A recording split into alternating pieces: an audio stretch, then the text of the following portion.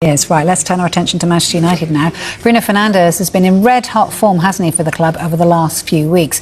Could he be in with a shout of being named the Premier League's Player of the Year? Well, head coach Michael Carrick certainly seems to think so. I think he's had a fantastic season, I have to say. It's not so much who I would vote for, but we're delighted that he's playing the way he is and having the impact that he is for us, and he's proven to be right up there in then conversations. I'd love to see him obviously take the award, and it says a lot about what's going on at this club and how the team's playing as well as how well Bruno's playing. So we'll have to see how that pans out, but really pleased with everything that he's doing at the moment. 16 assists and counting for Bruno Fernandes. Should he be the Premier League Player of the Year? What do you think? His assists have won the most points for a side in a Premier League season. His 16 so far have led to 18 points being won as Michael Carrick's side have surged up the table. Fernandes there just ahead of Darren Anderton, whose assists won 17 points for Spurs in 1994-95.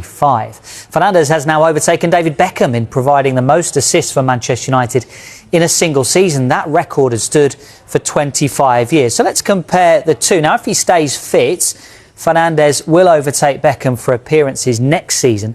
It's Fernandes who has scored more goals, but it is a higher proportion, actually, of goals on his right foot. I always think of David Beckham as being very right-footed, but actually Fernandes has the higher share of goals scored with his right foot. It's the former England captain who leads on direct free-kick goals. And Fernandes now, at the moment anyway, on assists-wise, Beckham is there on 80.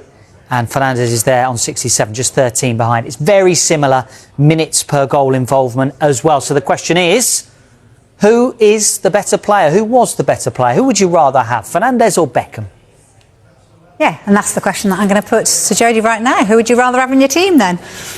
I thought Bex was the top player, but I'm picking Bruno Fernandes. Really? I think he's an outrageous footballer. I think since the moment he's come in at Man United, I think it was under Ollie, wasn't it? Is it in January? He's just never had a bad spell for me. Yeah.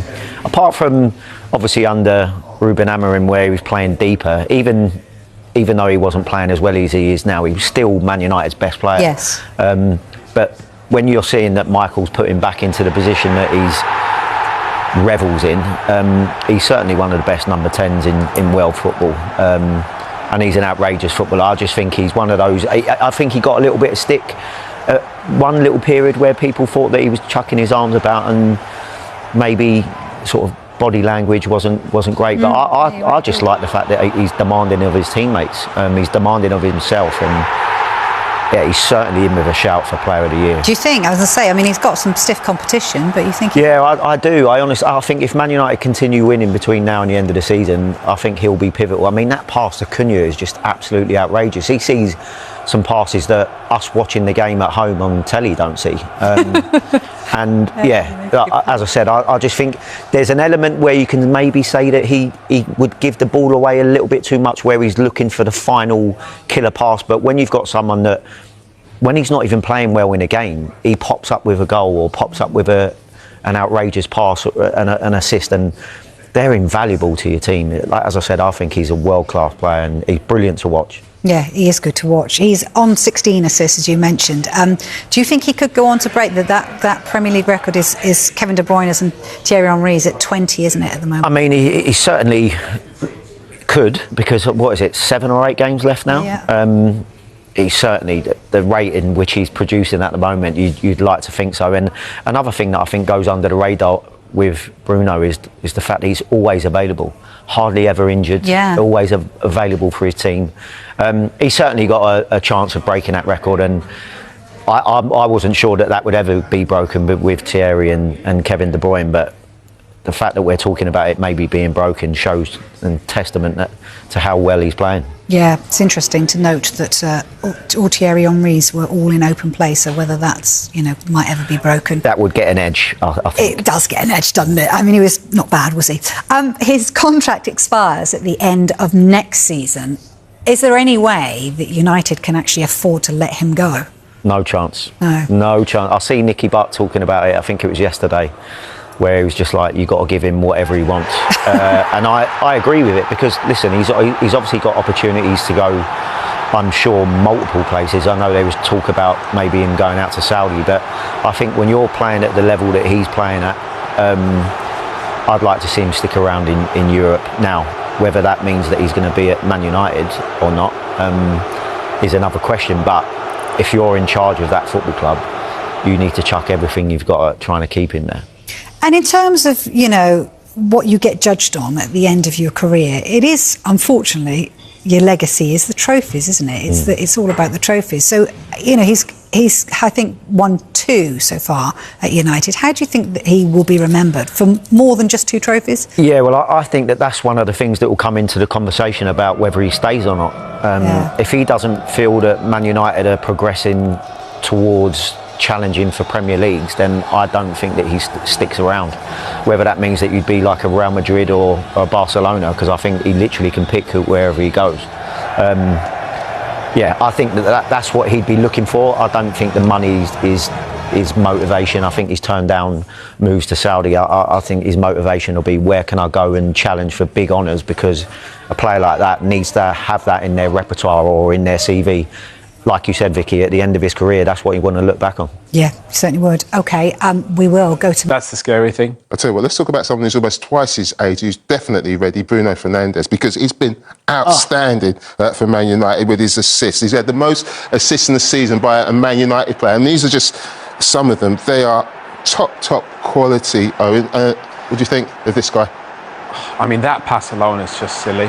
Where would they be without him? Well, seriously, and when you stayed up I said that to him last year before the Europa League final. I said, honestly, where would they be without you? It's hard to believe he was actually playing defensive midfield this season.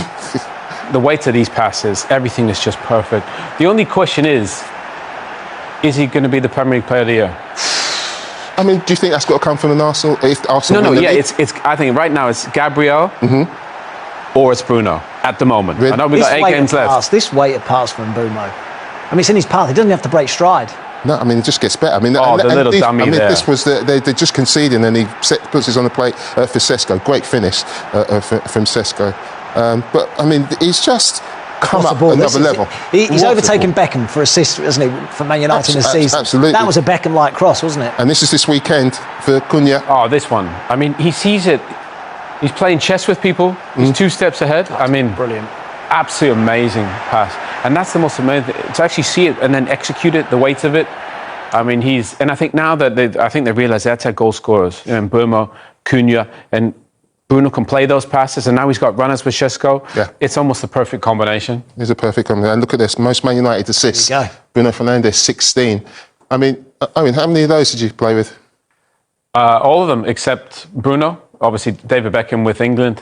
Nani on his day was a special player. Antonio Valencia really he was kind of winger right back. Yeah, brilliant lad. Low crosses, wasn't it? Low crosses. Brilliant player. But the cool thing is about these creators, they all have their own different style. Bex was more of a crosser.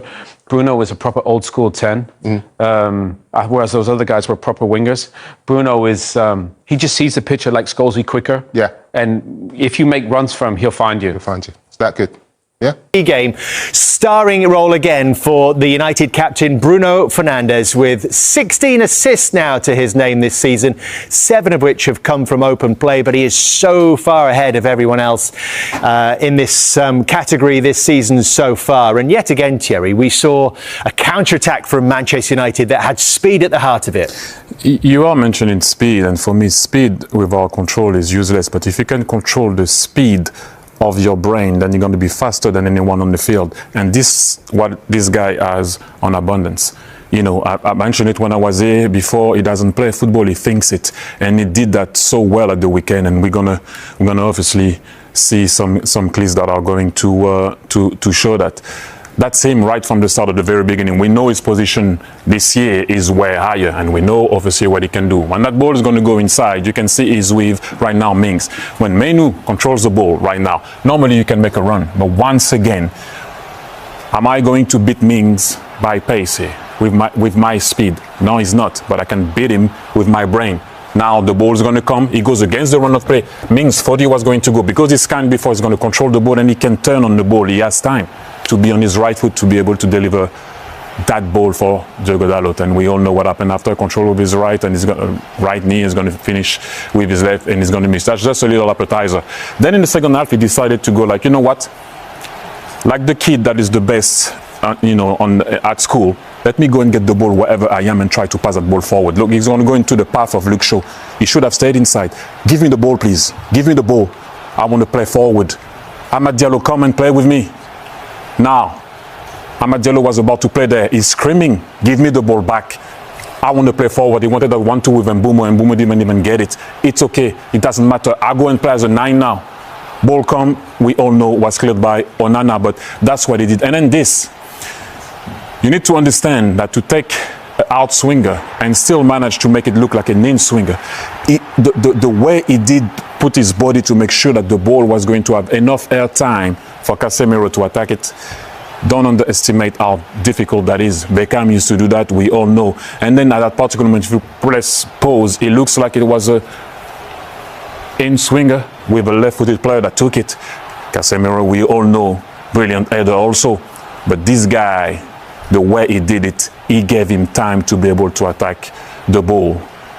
And then this one, how come Bruno Fernandes has time to see everything away from everybody and execute that pass that, by the way, everyone was amazed with that pass. I was more amazed with what happened before, and I will show you to you now.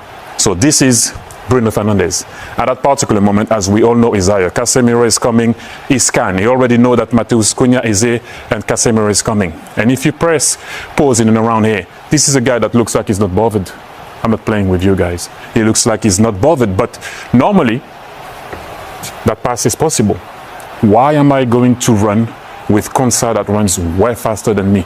Again, I will beat you with my brain. So if you play it, he's going to go into a position where he can see the field three-quarter, where he can have time and deliver a pass because I have that in my locker. And I played with great players, so what do you do with your Casemiro? You did the ball, give the ball to the guy that is the best.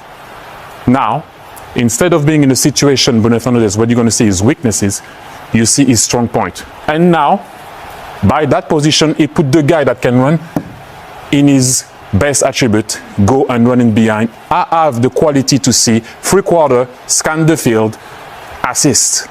Great finish, by the way, from Matheus Cunha. But he thought about it once again. And then there's something that people don't often mention with Bruno. Oh, Bruno is great on the ball. Yeah, he's great on the ball. But look at what he does. Yes, again, Amad Diallo could have scored. Martinez makes a great save. At that moment, he can maybe walk. I'm the best player. I'm the technical player. I'm not going to come back. Then suddenly, he's defending on Watkins. And look at how clever he is. He anticipates what Watkins wanted to do.